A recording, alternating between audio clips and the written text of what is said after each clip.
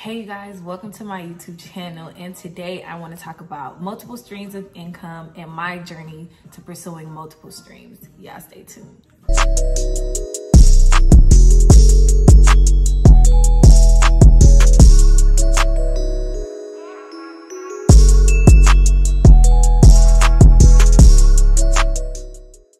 I want to start by saying, y'all know I got my little money move journal. This is my other journal. I be having journals on journals. I'm finna write everything down. And this is essential to when you're pursuing your multiple streams, okay? You need some type of journal. You need to write it down. You know, like the Bible say, make a plan. Let me stop, because I don't need people coming for me like the prosperity gospel, whatever. Anywho, let's get into it. So, I want to start by talking about why did I start this whole multiple streams of income journey? Didn't I go to college? Aren't I a teacher? Blah, blah, blah. And so the story goes, went to school, got my bachelor's in criminology and sociology. I just love juvenile justice. That's just my thing. Coincidentally, at the same time that I went to college, my younger brother was getting involved into the juvenile justice system. So I wanted to learn the system so I could make sure ain't nobody finna do nothing crazy to him, to the point where I was finna go to law school. So that's a story for another day. So I ended up doing that, loved the major, and it was great. And then I was trying to find, you know, employment afterwards. And it was crazy. It was so hard to find like a job that was gonna pay me. So I got the bachelor's degree, and then everybody was like, you need a master's degree. So I went from working at a daycare at $9 an hour with a whole ass college degree. And then I helped my brother get a job at Whole Foods, and the dude was making $11 an hour as a cart attendant. Like, hello, America, what the heck are you doing? So I went from daycare making $9 an hour. Then I went to summer camp. No, then I went to, summer camp making $9 an hour. Then I went to the juvenile detention center making $11.54 an hour. Then I went into guardian ad litem, so advocating for students in the dependency system, foster care. And then I was making like the first salary job at like $30,000. I was like, this is a whole ass joke. Also, I don't really want to do none of this stuff. So then that employer kind of suggested that, hey, maybe you should go into education, because I think those are the kids that you want to work with. Went into education, salary, you know, went up. And the teaching salary, it wasn't too bad. It was still not what it should be, but it wasn't too bad. My first year I was teaching second grade. I knew immediately I don't want to teach second grade. Being with 7, 8-year-olds all day, like I'm already hyperactive and y'all hyperactive. No bueno, no bueno. So I had to dead that quickly, and I was like, you know, maybe I need to do the older kids. So did high school the next year, loved it.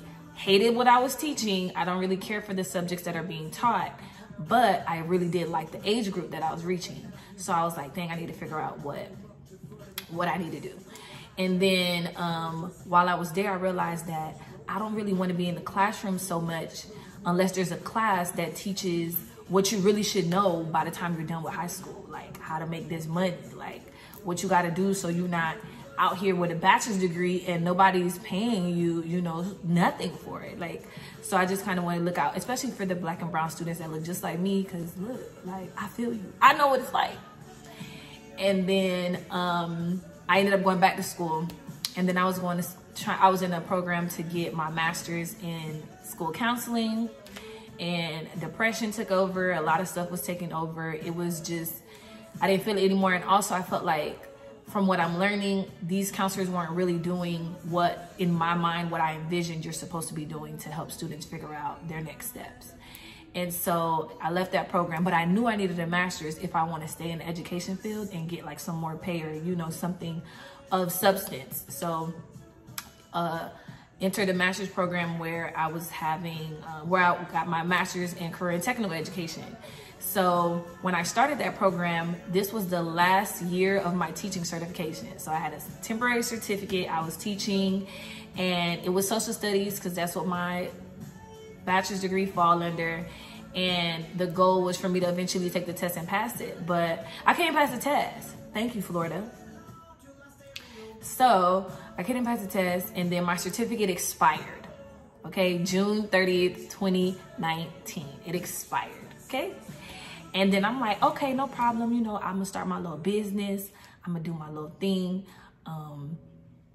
And then, you know, I felt like I did what society tells you to do, is the like American dream, you know, save 3 months worth of expenses. So I saved, you know, that, and then I spent the rest of my money like traveling and doing whatever I want to do, because I felt like I did what I had to do. I went to college, I got a job, I saved the money, blah, blah, blah. So then,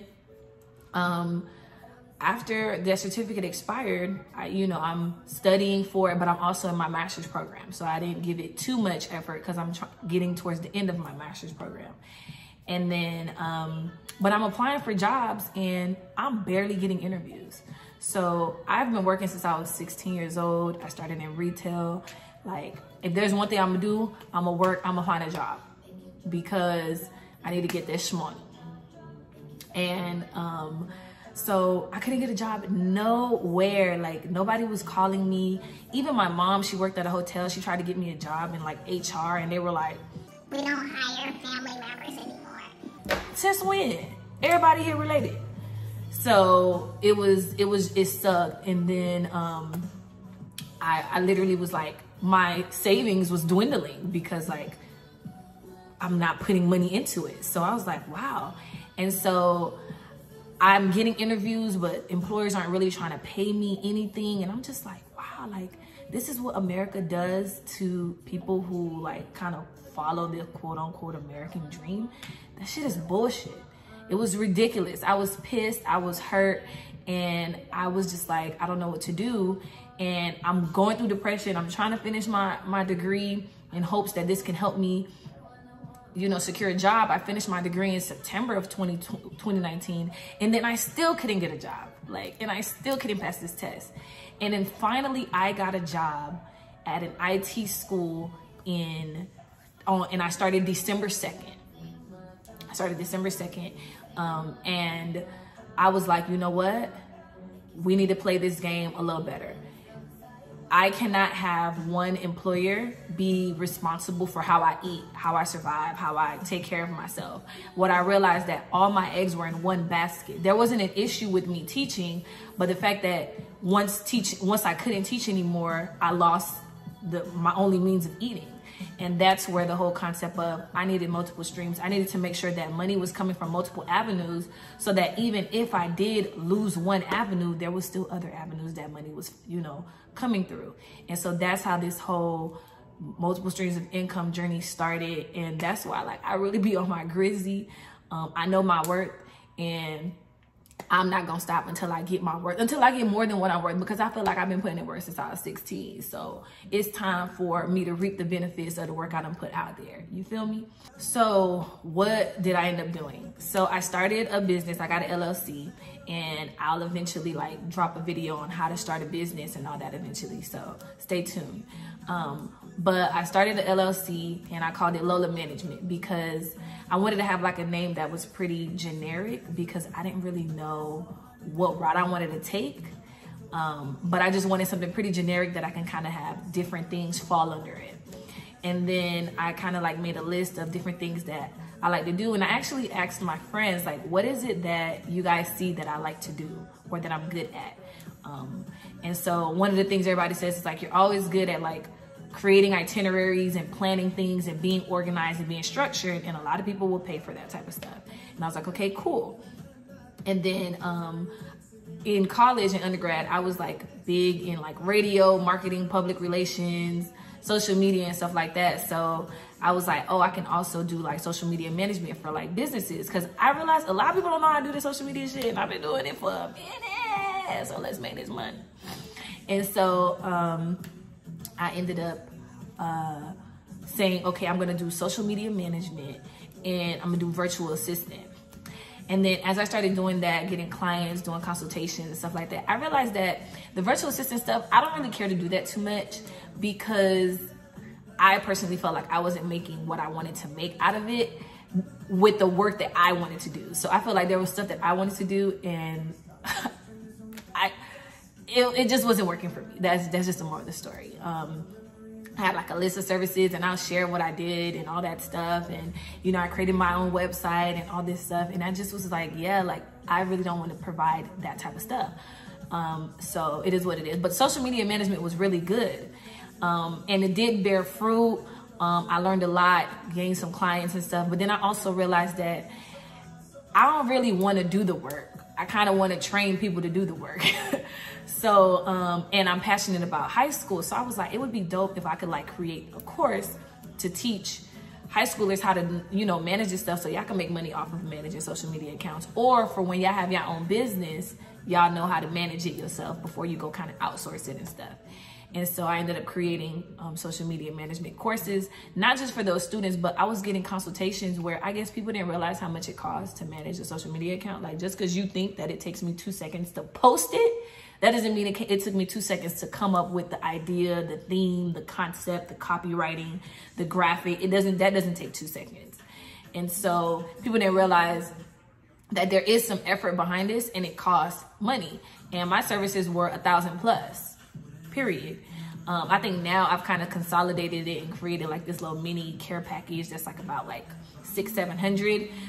But my services are literally like $1,000+, and people, a lot of small businesses really just don't have that in their budget to, you know, to do. So I created the courses to benefit them as well. And then, you can see the teacher side of me come out when I created the courses. So created the courses, and then I'm just like, okay, now what other means can I use? So I created the courses, and then I also was like, I build websites. So I could make money off of building other people's websites. So then I started building websites, and then I realized I don't really want to do the work. I just kind of want to teach people how to do this shit. So, and I think that's the teacher in me. Like I think I'm really good at training and teaching people how to get things done. I like that aspect of it. And especially if I'm passionate about what I'm doing, then you really see it in whatever I'm teaching. So I haven't created it yet, but I'm working on it on the website courses. And then one of my cousins, he's an accountant for like a lot of different, you know, people or whatever. And he was suggesting like, hey, maybe you should like pitch your courses to these districts or schools or, you know, companies or whatever. And they have them buy that curriculum from you, and then you can make money off that. So that's kind of like the things that I've been doing. I opened an e-commerce store. So I have a story about the e-commerce store. So if you heard of drop shipping is basically where like there's a wholesaler, so like a vendor that has something, and then you as the middleman, you purchase that at a lower price, and then you go sell it to people at a higher price. It's just that simple. So I started the drop shipping thing when I first had got the job. So right before I got my job in December, I started it in like November, and I just did like anything. So I was selling all these electronics, blah, blah, blah. I made a couple sales, but I wasn't truly invested in this thing. I was just like, okay, let's add another stream. Let's do it. And I realized that there has to be, like whatever you involved yourself in, there has to be some interest in what you're doing for me, in order for me to put the work in to get it done. So that business, I opened it and shut it down. It was called forthelowwarehouse.com. And for the low, get it? Because low the, and you getting the products for the low, whatever. Anywho, and I ended up like nixing that idea. And then because I like the social media entrepreneurship type field and, you know, getting the streams, so then I created this thing, this new e-com site called Social Isms. And, you know, isms are kind of like the things that people kind of say, you know, these little phrases and sayings, or, you know, little catch things. Like my favorite ism is from Kris Jenner. She's like, "You're doing amazing, sweetie." And like, I would get that on a shirt because I just love it. And so I decided to create like social isms based off of like the social media lifestyle and images. You know how people in their bio, they're called a public figure, but we don't know what a public figure is, what they do, why you are one. But you know, people have like entrepreneur, chef, they have all these different industries in their bio. And I felt like, you know, let's put that on a shirt, let's create some merch. And I did it, and that has been successful. And I think it's been successful because I'm passionate about it, and I've been putting more effort into it, and I've been reaping the benefits of that. And I'll definitely create a course if y'all want on how to even start that, get that going. It really doesn't cost that much. I would say my startup fee was about $200 something to get the whole thing good to go. And after that investment, I really haven't put anything except for advertisement, and I can talk about that in another video. This is not this point. This video is not for that. The whole point of this video was I wanted to have multiple streams of income. So as you can see, my streams are my social media management services, the web design services, the courses that I sell, the e-commerce site. I do, you know, invest in stocks and stuff like that.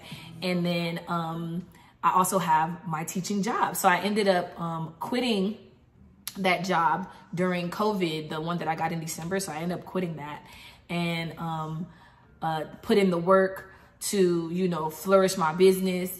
And then I took, I moved to, you know, Georgia.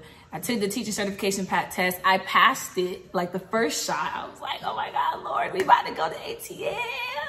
We going to ATL. And then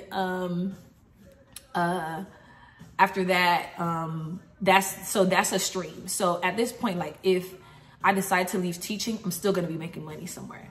And my goal is to continue building up these streams. So eventually I do want to get involved in like the Airbnb game and getting rental properties, in investing, doing like day trading, Forex, whatever the case is. I do plan on getting involved in all that. I just had to kind of lay down the multiple streams platform for me, so I can have like, you know, a grip on everything before I kind of branch out and do more stuff. My advice for those on this multiple streams journey, whatever the idea is, put your best foot forward and put 100% in there. There's one thing that I learned from one of my younger brothers, and if I could get this tatted on my forehead, I would.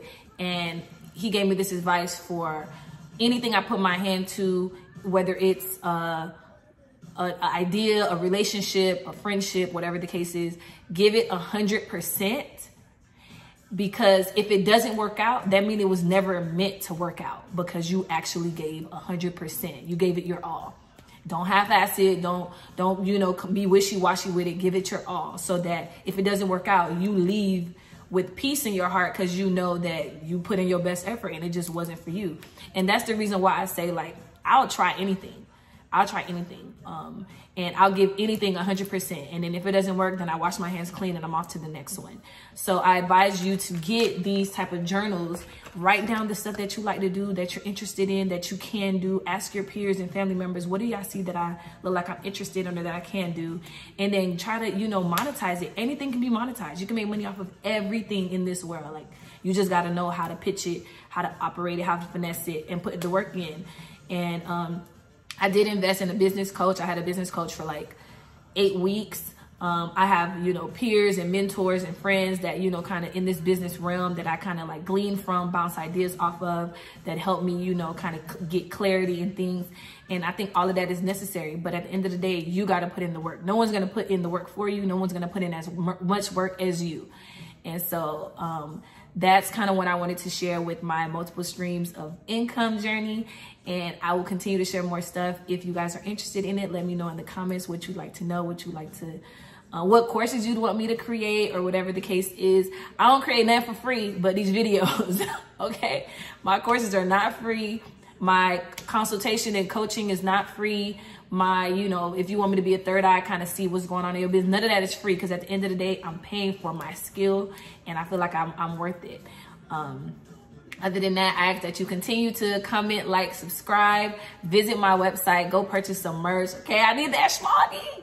Okay, no, but for real, go purchase the merch if you actually like go on the site and you like it. You know, you might find something that you want, or for something for someone else.